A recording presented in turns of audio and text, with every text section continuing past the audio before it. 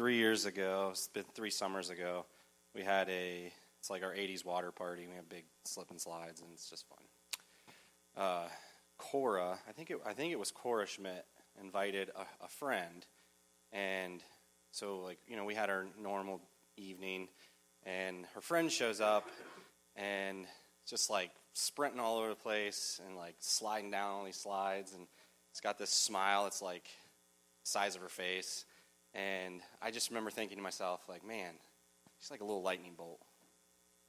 And so I learned more about her, and I asked around about her and stuff, and found out that we didn't really think that necessarily she was walking with the Lord, knew who, had a relationship with God. And so we prayed, and God answered that prayer. And so the opportunity for me to get to pray and introduce our little lightning bolt is just such a blessing for us, because she came to our youth group last year after 3 or 4 years of praying for her and trying to see that happen. So God has done really, really amazing things in her life, and I know He's still working on her, and He still will keep working on her. So I'm going to pray, and then the group's going to come up. Jesus, I thank you for Dana. God, I thank you for the mind that you've placed in her. I thank you for her spirit that you've placed inside of her. I thank you for her heart.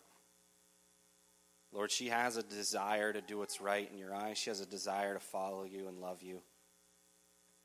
And God, she's going to keep pursuing that. And God, we know that you give grace, and we know that you love, and we know that you pursue us. Thank you, God, for answering those prayers that we prayed 3 years ago, and that you did pull Dana into yourself. And God, I thank you for bringing her to our group so that she can be a blessing to us and our church. God, we have no doubt today that you're going to move and you're going to speak. As she gave her testimony to the youth group a few months ago, Lord, it cut many people to the heart.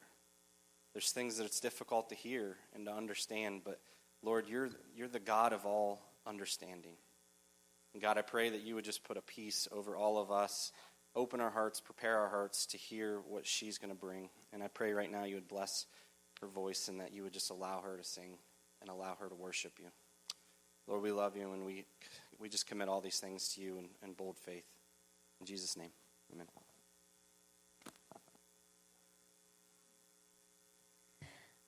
I have been fighting a spiritual battle this week, and just the past few days I've been fighting a sore throat, and I'm losing my voice, of course.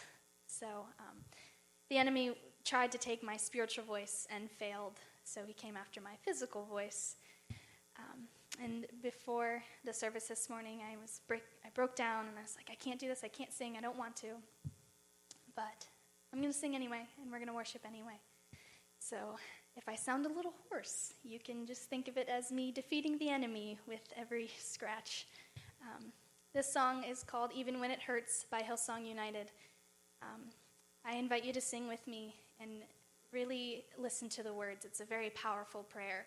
And I sang this song when my father was in the ICU. So. Many of you know of me, but don't know me. And others of you know me very well and have already heard all of this. Either way, just as I have something to learn from each and every one of you, I believe you all have something to learn from me. And God put me here this morning because someone in this room has something to hear from me. The first scholarship interview I went to this year asked me at the end, Dana, what can we learn from you? I thought that was just such a beautiful question. And it totally sums up what we're here for. And so I ask people that now too, what can I learn from you? And it always takes them back, and they're like, well, I don't know, I'll have to think about it. So as I begin, put your eyes at my level and put your heart in mine. Now, the tendency for some of you with a testimony is to mentally check out. You may feel too burdened with the sadness and the awkward obligation to take that on yourself. But I don't want any of you to put your head down and avoid eye contact because it's sad, or fiddle with your hands or anything like that. I want you all to hear the words that I am saying, to hear the story I am telling, because my testimony is not the story of my life. Rather, it is a story of the miraculous work that our God does, and that is beautiful. That is the most joyful story we can tell. The details I am not sparing you of are to open your eyes to the pain, to the loss, to the love, and the saving that God has done. I want to tell you to imagine these things. I want to read these sickening details, not so you think, wow, that's awful for her, or I couldn't do that, but so you understand the emphasis on exactly what God overcame, to emphasize how incredible our God is, to have me standing in front of you giving my testimony. I spoke to Joe Williams Wednesday before this morning. I said, I'm concerned about sharing too much. I don't want to make people uncomfortable. And he said, Dana, I think you're supposed to make them uncomfortable. And he's right. The poems I read, the descriptions I share, are unpleasant to hear and difficult to imagine, but the happy ending is so much more fulfilling when you know the darkness that had to be persevered by God's light. And since my last testimony just a few months ago, so much has happened, and a lot of sinful things, and it made me not want to share this morning, because I don't want to share all that. I don't want to share the terrible things I've done in the past 2 months. But that's what the enemy wants. He wants me to give half. But to come up here and leave that out would be unauthentic. It would take away my power. It would be a waste for me to stand up here and tell you all of the things that have been done to me, but leave out the part about what I have done.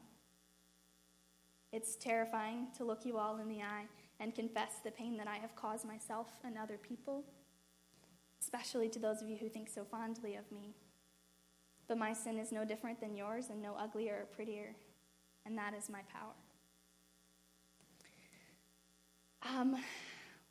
I will try to be brief with my storytelling because I tend to ramble.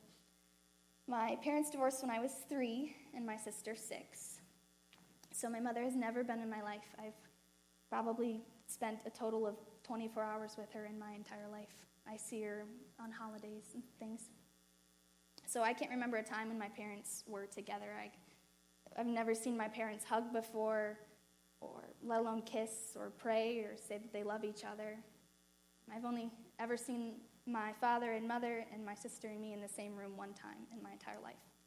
And it was at my dad's 3rd hospital, I think. So think about that the next time you're just watching TV with your family and you think, oh, I want to go in my room or do something else. They divorced partially because my father was hard to love. He was a raging alcoholic, an angry, bitter, emotionally and verbally abusive man. He's the reason I am so submissive and the reason that my sister Brandy is so combative. Brandy was often much more outspoken than me. I hid and cried and begged for softness, and Brandy screamed and fought and made her heart cold. She was exactly like my father, which many times led to violence between the two of them. Mostly sticking up for me, acting out in pain, Brandy would attack my father, and he would shove her off, and they would physically fight and scream the most terrible things very few of you have ever said aloud, let alone to your own daughter. I watched in horror and confusion. I stand from afar, never really there, helpless, watching the flames blacken everything in its path. Sudden and angry, apathetic of anything in its way. The heat burns my skin, but I cannot move. The light pains my eyes, but I cannot look away. I have no water, no strength enough to aid. I yell and I scream at it. I ache to reach in and stop it, please. But the flame is too angry. It does not know the word stop. It only knows to consume. The other part of their divorce was my mother's alcoholism and dishonesty. She neglected our family for alcohol and other men, and we tried to put her through rehab, and as that failed, my parents began to fall further and further into violent, hateful alcoholism and eventually separation. So I lived my whole life with my father and Brandy. Our household was very distant and cold, and I didn't realize that it was weird until I moved into a new home. A lot of things in my childhood, I didn't know they were different. I didn't know that it was weird that everything was so angry and cold. If my father was in one room, you didn't go in that room. You didn't sit on the couch with him, and you really did not sit close to him. And if Brandy was in the kitchen, I would go upstairs, and we would just avoid each other. And we wouldn't sit and eat dinner together. And my dad had the same schedule his whole life. And he would wake up in the morning and get on his computer and then make breakfast for himself and sit down and eat it and watch TV until 4 and go into his room and then drink until the evening and smoke and then eat a little bit. So I spent most of my time alone. Brandy and I used to be inseparable. We were attached at the hip, and we did everything together. And my happiest memories were from when Brandy and I were close, and we would play wiffle ball in the yard and wrestle together and listen to the ball game with my dad, which is why I love the Indians so much. Go Tribe. But as Brandy got older, she got into boys, and I was not. I still wanted to play hide and seek and play in the river, and Brandy didn't want to, so we sort of separated, and we haven't been that close since. There were physical manifestations of my parents' divorce and my dad's rage in the house, and I never really thought about it until recently, but there were signs like the cupboard door has been ripped off my whole life, and it's never been there, and I never really thought about it, but it was from when my parents were fighting, and my father's door has a hole in it from him hitting it or whatever, and there's just all these things in that house that remind me of that pain. This is a poem I wrote, I think, last year about the metaphor of that home. And every spring, the house is covered in dust from the wood burner, and no one cleans it up. Everyone notices, but no one does anything. I try to clean it, but I can never keep up with it. Every year, the layer becomes thicker and thicker as it gets wiped away fewer and fewer times. Eventually, I will stop trying to rid the shelves of dust. The books will be a shade of brown, unopened, useless binds, and the walls become a black, smoky sag of yellow color.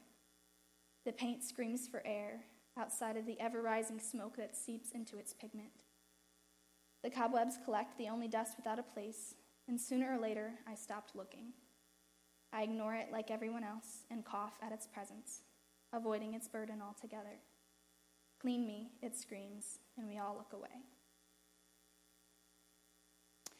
We never went to church, and we definitely didn't talk about God. It just wasn't a thing. My dad didn't believe, so we didn't believe. All I had ever known was anger and impatience, hatred and abuse. Around my freshman year, I took that path. I took the same path that was set up for me. My whole life, I have been told to shut up, go away, leave me alone. I don't want to look at you anymore. Get out of my face. By my own father. So when I became a woman and a man said, "Come here," I ran. I got involved with a junior boy. He wasn't very good for me, and you can tell how that story went.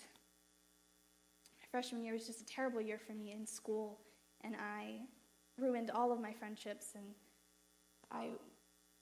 all of the things that were thrown at me as a child kind of hit me that year. And all the things that you think you're just supposed to know, like honesty and integrity and love and kindness, those things that you think you're just born with. But you're not born with those things. You are what you are taught. And when Brandy and I got in trouble, we didn't tell Dad we lied to Dad, because why would you tell him the truth? So my freshman year, I lied. I didn't tell the truth. Why would you tell the truth? I had no understanding of that. I had no understanding of love. I wish someone would have told me. I wish someone would have taught me that how you love yourself is how you teach others to love you. I got involved with older men who fed me lies. I loved you because it was easier than loving myself. As a young girl, I knew not of the importance of self-worth. Who had ever taught me that? Was it my mother who said, "Daughter, we are beautiful women, you must cherish your body"? Or was it my father who said, "Daughter, do not let a man taint your value"? I did not know. I did not know of the idea that my body is a temple and that boys want nothing more than to rob it. I did not know to be careful of wordy men who put their hands on your body soon after they make you feel worthy. As a young girl, I was not aware that their temporary feeling of value, of specialty, of importance was the wick that led the flame to the wax. My whole life, I thought I was past it, but I wasn't. I learned that at the Life Conference. My whole life, I have defined my worth by what I had to give. So I thought if I could just give something, I would be loved. I wanted my father to love me. I wanted him to be soft to me. I wanted my mother to want me. But I had nothing to give. I couldn't give them the alcohol they needed. I couldn't give them the high that they needed. I couldn't give them the money that they needed to take care of 2 daughters. So I was worthless to them. And I carried that with me. And if I could just give to these boys until I'm completely empty, maybe I will feel loved. And I thought after my freshman year and after my sophomore year when I was saved that I was past that. But I learned at Life that I wasn't, and I'll talk about that later. My sophomore year, I was invited to the 80s water party, which is coming up August 7th. Be there. I was very anxious and uncomfortable. I felt judged and unwelcome. I didn't know anyone. But it was fun, and so I was invited a second time, and I agreed. It was the night of Kennedy Howell's testimony. And I don't remember anything about that night except the overwhelming emotion. Zach set up a time for quiet worship and prayer. And at the time, I had no idea what it was, but now I recognize that that is what God's presence feels like.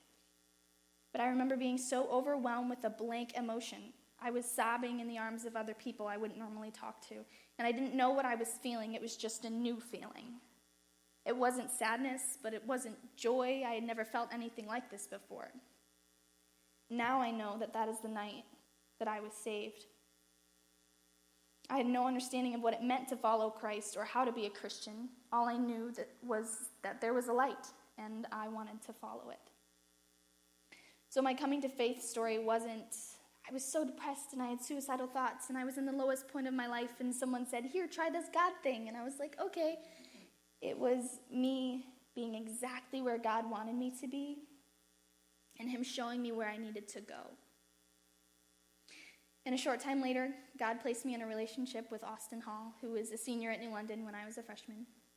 We dated all through my sophomore and junior year, and we broke up the summer of my senior year. He and his family were Christians, so I started going to church with him every Sunday, and that is when I really started to learn about faith and what it meant to be saved. And going to church, starting to really believe and understand, was the first time I saw real love. That was the first time I realized that people could be kind and forgiving, that people could address you when you walk in the room and say, "Hi, how are you?" That was foreign to me. In my household, you never made mistakes. They weren't okay. You didn't talk about things. You didn't share love. But being saved showed me that people are gracious when you mess up, that people can be soft and encouraging and uplifting, that not everything was scary and angry and isolated. Then in January of 2018, my father had a stroke. He spent 7 months in the 4 walls of a hospital, bedridden. The first time he had a stroke, I remember I was sitting upstairs in my room, and there's a bathroom in my room, and so the downstairs bathroom was right below it, and so you could hear everything in that bathroom. And I heard my father, and he was talking to his ex-fiancée, Da. She was from Thailand. Different story. he was talking to her, and he said he just all of a sudden was out of breath, and he couldn't move.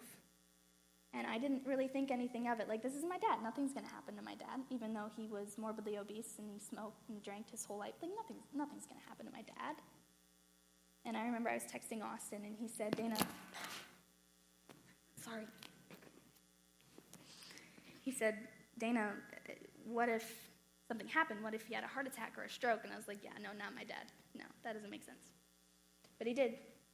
And in March, a couple months later, he was very lucky, and he was still able to speak after his stroke, and he was able to walk with a walker and still do things for himself after his first stroke. And then it was a Sunday evening. I had spent the whole weekend with Austin and his family. And then a Sunday night, in the middle of the night, he was rushed to the ICU at Cleveland Clinic, and his lungs collapsed, and he was paralyzed and sedated, which means he couldn't move and he was unconscious. And so then I rushed to the hospital. And there was this whole week when he was paralyzed and sedated, and his lungs were collapsed. He was on a ventilator, which is a breathing machine. That means he has a tube down his throat. He was intubated. And I remember feeling so guilty. And I've never prayed so hard to just see someone's eyes. I knew he wasn't going to be able to talk to me. I knew he wasn't going to be able to move or sit up. I just wanted to see his eyes so that maybe he could hear me, because I felt so guilty because I hadn't spent any time with him that weekend. I just wanted to tell him that I loved him, and that I was sorry that I didn't see him Sunday and Saturday. And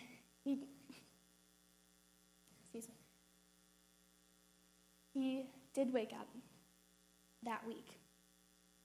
I remember it was a Thursday afternoon, and the doctors had said to us, Brandy, the very combative, outspoken one, said, okay, is he going to die? You need to tell us. And they said, if he doesn't show signs of improvement by tomorrow morning, then you're basically keeping him on life support, and that would be whatever he wishes. He had never wanted to be like that, so we would have to unplug him. So I went home that night. That was the first night that I had been home since I had stayed in a hotel during that week. I remember everything in the house being so cold. And it was exactly as they had left it when they rushed him to the hospital. And so he had a cane there that he used to walk, and the ashtray. And it was so empty. And Brandy and I went in separate rooms. And I went in my room, and I prayed on my knees for the first time. I was just so desperate. I remember praying so naively, God, you can't take him now. I'm too young.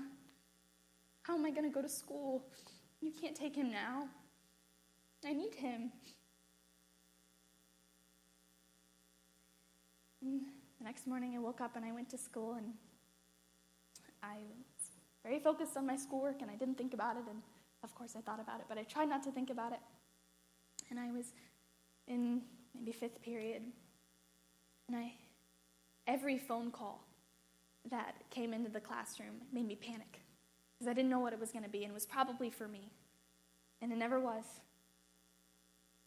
But I got called down during lunch. They called over the loudspeaker. They said, would Dana GUSTELEY please come down to the office? And that's not something you want to hear when your dad's in the ICU in Cleveland. So I rushed out of the cafeteria, and I walked down there, and Keith Landis met me halfway because he was going to be there to catch me. And it was just that I forgot my lunch. Emma had called the office and told me that I forgot my lunch. But I got a text from my sister Brandy, and she said, ventilators down to 40%, which I didn't really know what that meant, but it was that he was breathing a little bit more on his own, which is all we needed. That's all I needed, was for him to be breathing a little bit more on his own. So he woke up, and he gradually got a little bit better. These 8 months that he was in the hospital, they were very up and down, and there were times when he was on a ventilator and he couldn't move and he couldn't write and he couldn't speak. There were other times when he was delirious, and he would just sit up and say, "I'm going home." He'd say, "No, Dad, you're not going home." He said, "What do you mean I'm not going home? I want to go home. I'm tired of sitting in this chair." He'd have to tell him, "No, Dad, you can't go home." And then there were other times when he could sit up in bed and complain about the ball game and speak and shave. He never left the hospital. He was in between hospitals and therapy. And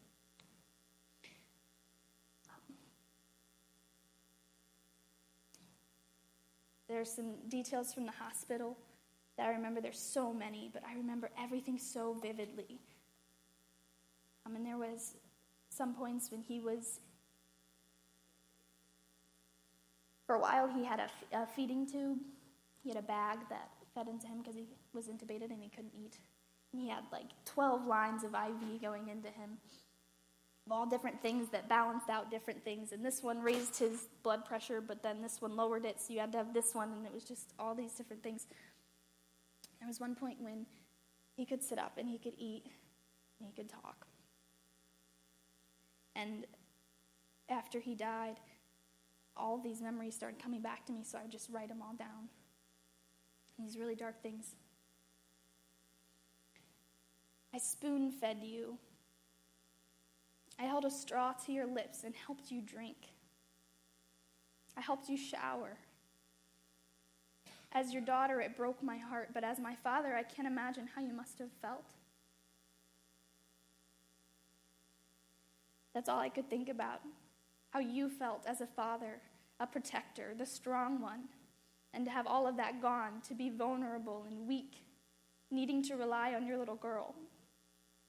It makes me sick to recall the hesitance in your sentence when you asked for help. Your stubbornness, your might, your masculine fatherhood taken away. It is a wonder how life comes full circle. You were feeding me, taking care of me, changing me, bathing me, and at 17 years old, I returned it to you. I can still hear the sighs of the ventilator. Parallel to the up and down of your stomach, it quivered on the way up and cracked on the way down. The beeping drove me crazy. I couldn't bear to hear it when one of the lines would empty. The beeping was unsettling and aggressive. I hate hospitals. I hate the sound. I remember everything. I remember the smell of the hospital, the hallways, the rooms. I can clearly feel the hand sanitizer pumps and hear the sound it made when I used it far too frequently out of anxiousness. The color wall was beautiful, but mostly my heart was sunk in my chest and I didn't want to look. I remember the smell of the food when you walked downstairs and how unappetizing it all looked, how gross it tasted. It was so cramped in your room. Constantly, someone was in there poking you, fixing you, refilling your IVs. I hated the awkwardness of sobbing while a nurse comes in.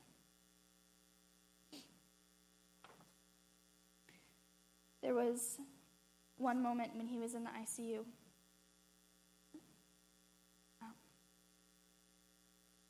And I want you to imagine this. Imagine someone you care about, your father, your mother, your daughter, your son, your grandparent.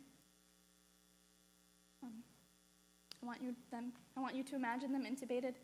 They're on a breathing machine, and they're paralyzed and sedated. And you walk in, and there are nurses tightening the straps.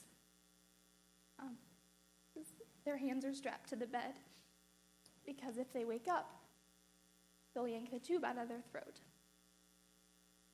And my father did wake up when he was tied down to the bed, and he was so confused, and he looked at me, and he yanked on them, and he tried to say, "It hurts." And I said, "I'm sorry, Dad, I can't take it off."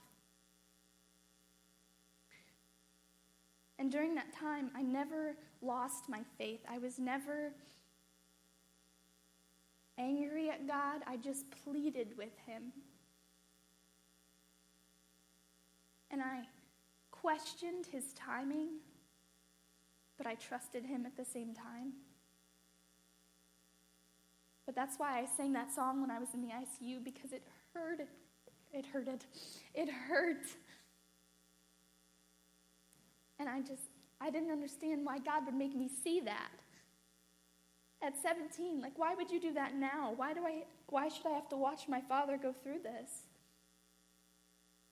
And I just pleaded with him.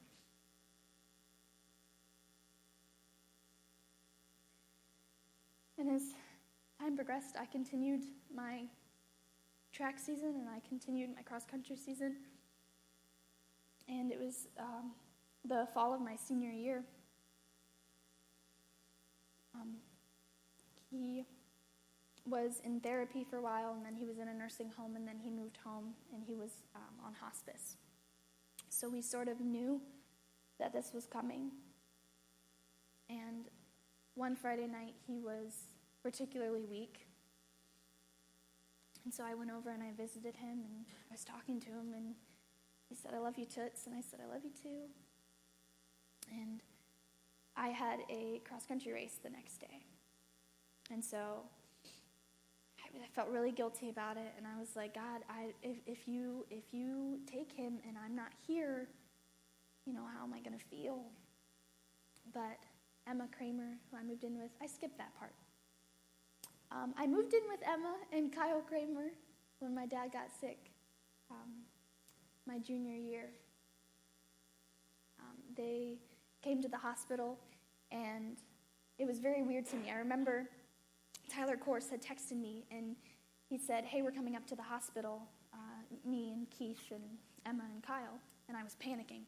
I was like, "No, don't do that. Why would you come to the hospital?" And my whole life, I never understood family or love or why people would do things for other people out of their own heart. And so I was like, "No, don't come up here. I don't need anything. I don't need you to come up here," because I felt like I had to go and take care of them. Like I had to go acknowledge that they were here and host them while I was sobbing over my dying father. And so they came and they brought me dinner, and Emma brought me a care package with tissues and lotion, and because the lotion and the tissues at hospitals are terrible. And Emma had showed me text messages from her and Kyle, and they said, like, we can show her what real love looks like. We can show her what a family looks like. And so they had just had a baby who also had a stroke. Their baby, Annalyn, had a stroke in utero. So they were already going through some things. And then they invited an 18-year-old who they knew for 6 months to come live with them. And long story. And then I moved in with them. And it's lovely, and it's a long story. Where was I at? Cross country.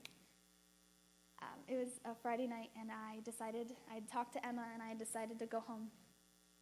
And I told my dad, "I will come see you after my cross country race tomorrow." He said, "Okay, Toots, love you." And then Brandy was mad at me because I left. And I went home, and I slept, and I woke up, and I had a smoothie, a pineapple smoothie, and some of you know that that's why I can't have pineapple anymore. And we drove to the school, and I got on the bus, and we just pulled out. We just barely pulled out. And Brandy texted me and said, "The doctor says he's on his way out." And I handed my smoothie over to the girl that was sitting in my seat, and I walked up to the front of the bus, and I waited for Landis to get off the phone because I'm submissive. He was on the phone, and I didn't want to be rude and tell him that I needed to go home, so I waited. And he got off the phone, and I said, "I need to go. I need to go see my dad." And so he called Emma, and okay, we're gonna meet you at a gas station. And I texted Brandy. I called Brandy. I said, "Well, what do you mean? Like, I'm on my way to a cross-country meet. I'm coming back." And she said, "Dana, I don't have time for this," and hung up the phone. And then she texted me, and she said, "He's already gone." And so then we got to the gas station, and I got off the bus, and it was raining. And I stood at this gas station with my bag, and I waited for Emma to come get me. And then we drove back, and he was gone. And I walked in, and I gave him a kiss. And he was in my living room. That corner of the house always looks the same to me. is always haunted by that. It will never have a different configuration than that hospital bed. And I walked upstairs, and Brandy and I hugged each other and cried probably for 2 minutes. And that was the only grieving we shared together, because after that we were just angry and disconnected. But I thought, God, why would you let me go to that cross-country meet? You knew this was going to happen? God, why would you let me go? Because I missed it and I wasn't here. And Brandy watched him take his last breath, and I was on a bus. That sucks.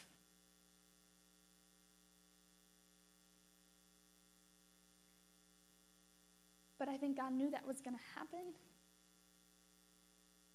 And I think my dad didn't want me there for whatever reason.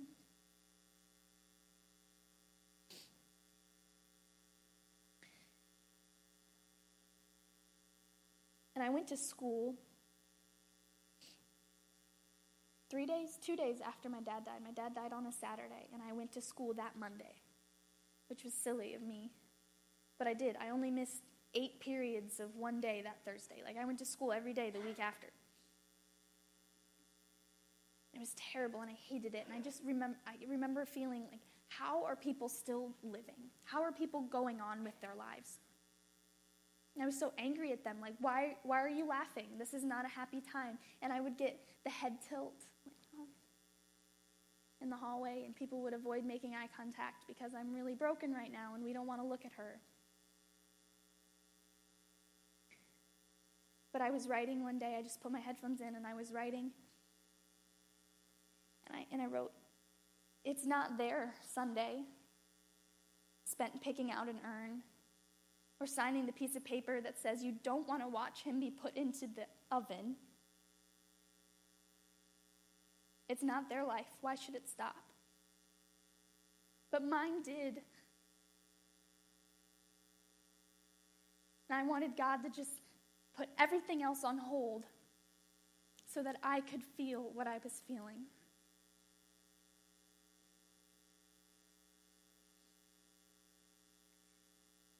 And his memorial service came, and I have a very powerful poem about what I was feeling that morning when I was preparing to go. Will I ever wear different clothes? Will I ever wear anything but that black dress? Will my hair ever take another form? Will it ever not be curl after curl of sagging blonde? I stared through myself in the mirror. I stared until I saw raw bone and then retreated. Look at me. I am wrapping my hair around the heat again and again, creating ribbon pieces to look pretty, to be pretty in my dress, to be pretty for my father. I pinned it back how he would like it. I wore no makeup, knowing it would only weigh my tears. I stood back and looked at myself. Shoulders stiff, chin high, teeth clenched.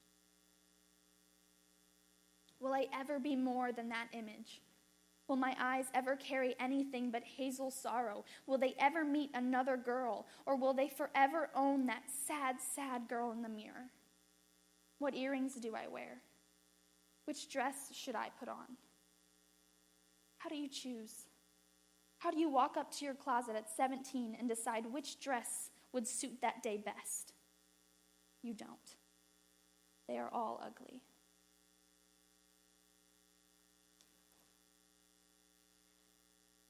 As I have began to write more and more about all of the experience in the hospital in my childhood, I've come to terms with some of the things, and others I still haven't. But one of the big things that I struggled with my father's death was his choice. He chose addiction. He died because of the choices that he made. He was morbidly obese, and I think the word is hypertensive. Some medical words in his body just failed him because of all the drinking and smoking. And I struggled, and I still struggle with someone making that choice, which is why I get so emotional. Pastor Zach speaks so beautifully about his children and his wife. And every time I see a baby and their family, I cry. And I remember one night at Emma and Kyle's, they were bathing Annalyn and singing worship to her. And I sat in my room with my back against the door, and I just sobbed because that's so beautiful. And I don't know how someone can choose to not want that. I don't know how someone can create that and create that beautiful relationship and throw it away.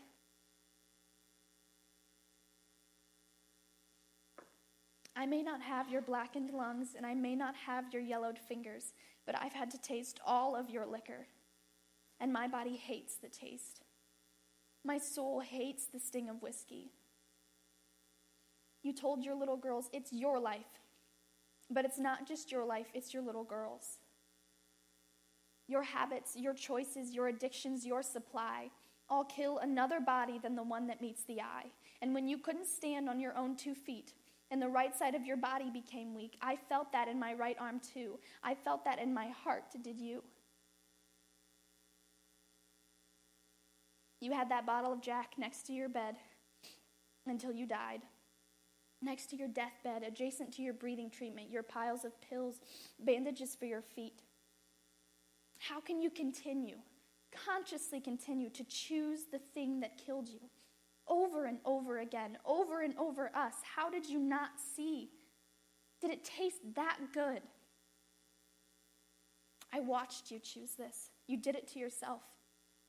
Your response when I pleaded with you, I'm 62 years old, I can do what I want, was a sad excuse for choosing misery.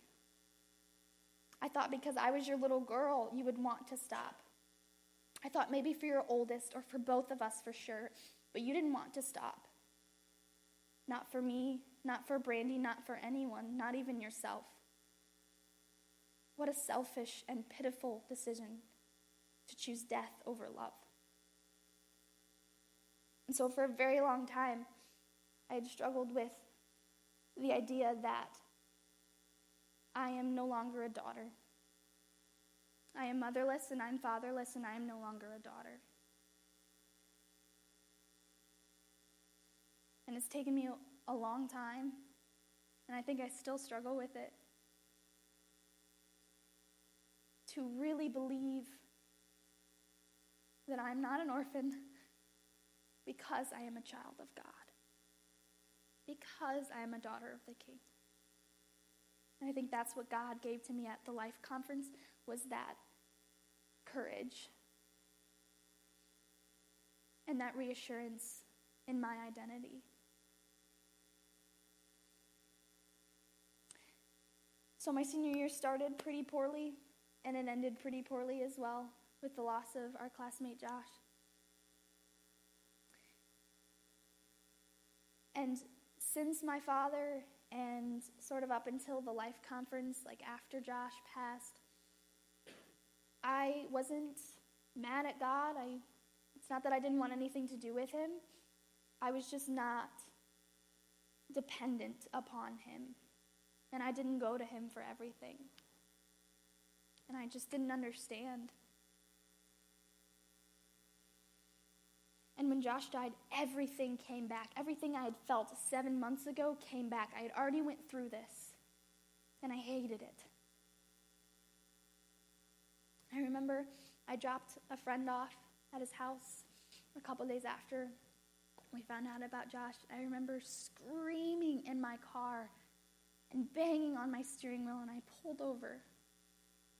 Just like, why, God? I don't want to feel this all again.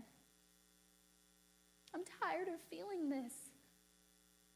There's supposed to be good things in life. There's supposed to be really good things, and I just want to feel that, God.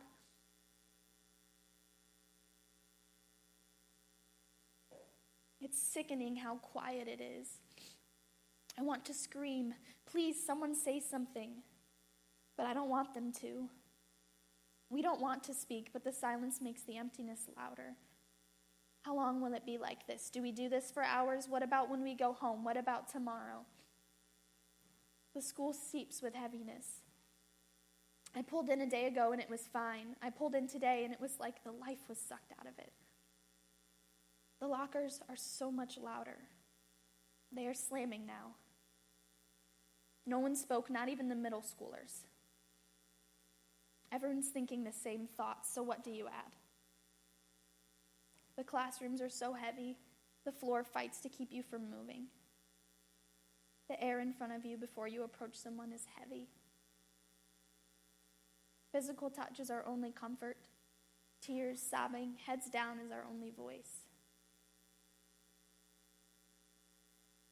And that furthered my self-reliance apart from God. And I just wanted control over the things that I was feeling. And God was not helping me feel better, so I felt like I just needed to take that upon myself.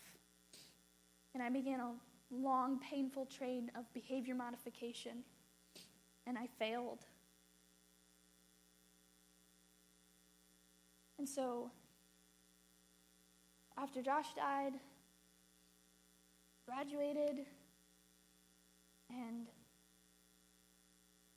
I don't even know what it was. I don't think it was a thing that happened and it just started. I think it was just supposed to happen. And I had finished and I had graduated and I was valedictorian and I had accomplished all these things.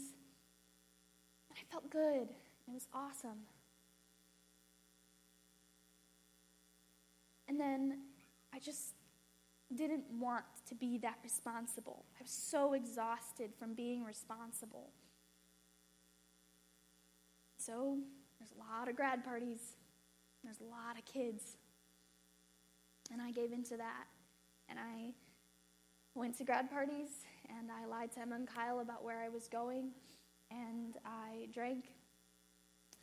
And some nights I got drunk, and I had some really bad nights. And I woke up the next day, every time feeling so disgusted with myself for giving into these things. And every time I knew what I was doing when I chose to do it. I would pray in the morning, God, I know I'm going to get invited to this tonight, and I really don't want to go, so help me have that courage. And then I would go anyway, and I would continue to do that.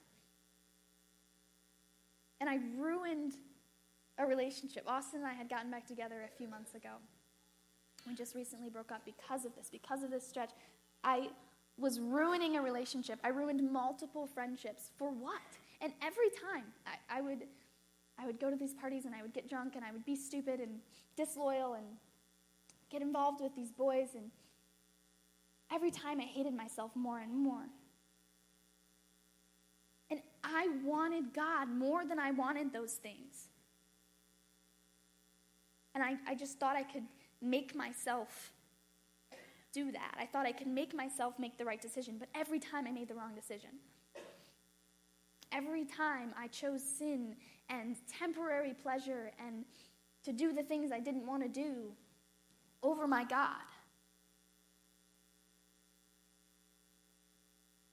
And nothing was worth that to me. Nothing, no matter what I lost or what I did or who I hurt, was worth going to a party and being fun for 3 hours. And I don't know what it was. I don't know what it is. It's not that I run to it and it makes me forget about all the terrible things in my life, because I know that I wake up in the morning and I still feel them. I think it's just that for that small moment, I'm like everybody else. For that small moment, I'm not the responsible valedictorian who gets really good grades. I'm just a kid. I've always wanted to just be a kid, and I've never gotten that opportunity. And I think when I act dumb and I go to these parties, that I can just have that for a little bit, and I'm like everybody else. And I feel like I crush those expectations that people have of me, and it's just easier. And as I went to the life trip, the life conference, I was really struggling with Austin and my relationship with other people, and I was just doing whatever, and I didn't really care, and I wasn't close with God. And I wanted those answers. I wanted God to fill me with something so that I could make those right decisions. And I thought, okay, we'll go on this trip and he'll give me some answers. He'll give me some answers about my relationship. He'll give me answers about myself. And he gave me none of the answers that I wanted about which decisions to make. He reminded me, you already know the right decisions.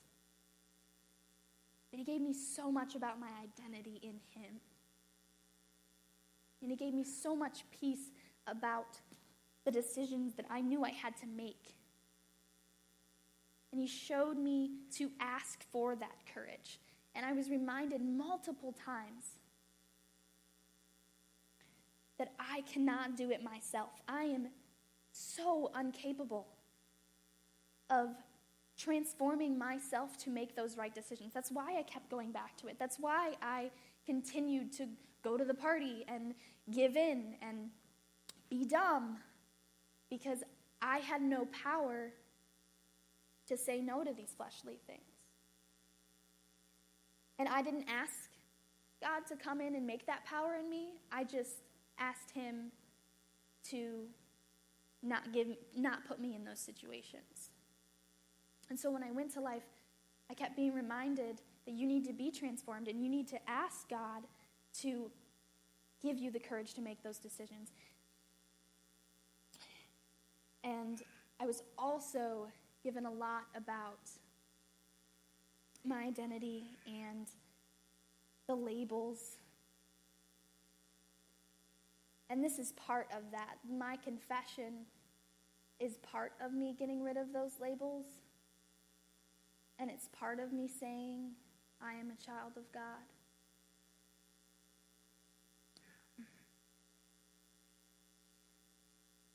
I still struggle with giving myself away in ways that I shouldn't. And I think that battle is the enemy. I wrote yesterday, Satan, you wait patiently for your cue to take back the little girl you once knew. And that's hard to fight. And I fight it every day. You satisfy the eyes of men. You feed them white bread, to be feasted but not to be full.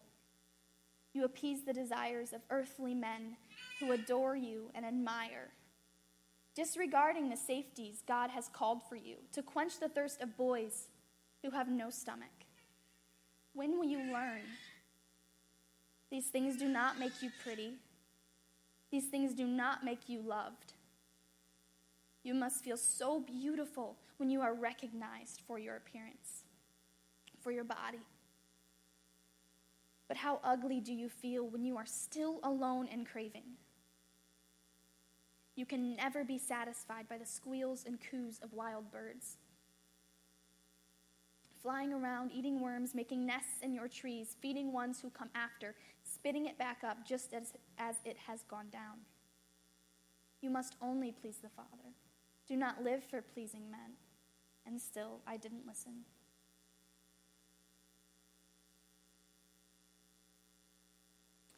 It's not what I run to. I hate it. I don't want it. It does nothing for me but leave me empty and raw. But it runs to me, and it traps me in its car with its anger, and I am too cowardice to push it far enough away. And each time I try, I give up because it is easier to. I have been fighting a lot with being cowardice. My whole life I've been submissive and cowardice. But I'm praying and I'm trying to believe that submission is not a bad thing if it's submission to God.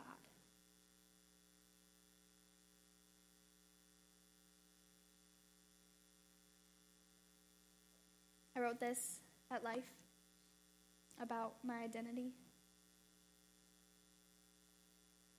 Maybe if my name was whiskey, I would have been worthy. Maybe if my name was tobacco, I would have been invested in. Maybe if my name was alcoholism, you would have never left my side. Maybe if my name was addiction, you would have chosen me. No, that is not my name. But my name is chosen. My name is beloved. My name is worthy. And my name is daughter of the one true King. My testimony is not about anything that I have overcome. Because I have overcame nothing. I am too weak. I am too cowardice to have overcome anything. But it is our God who has overcome everything for me. I am a motherless, now fatherless child. I grew into submission through abuse, hatred, and anger. I learned to fight with my heart like that is all it is for. I watched my family disintegrate by the stench of Jack Daniels and the black of cigarette smoke until there was nothing left for me but cobwebs, dust, and death. I have let men take until I was raw at a pitiful attempt to feel loved, to feel full. And any person, any girl who can say all that and still choose hope and still love can only say that she has been touched by the grace of God. And that is my testimony.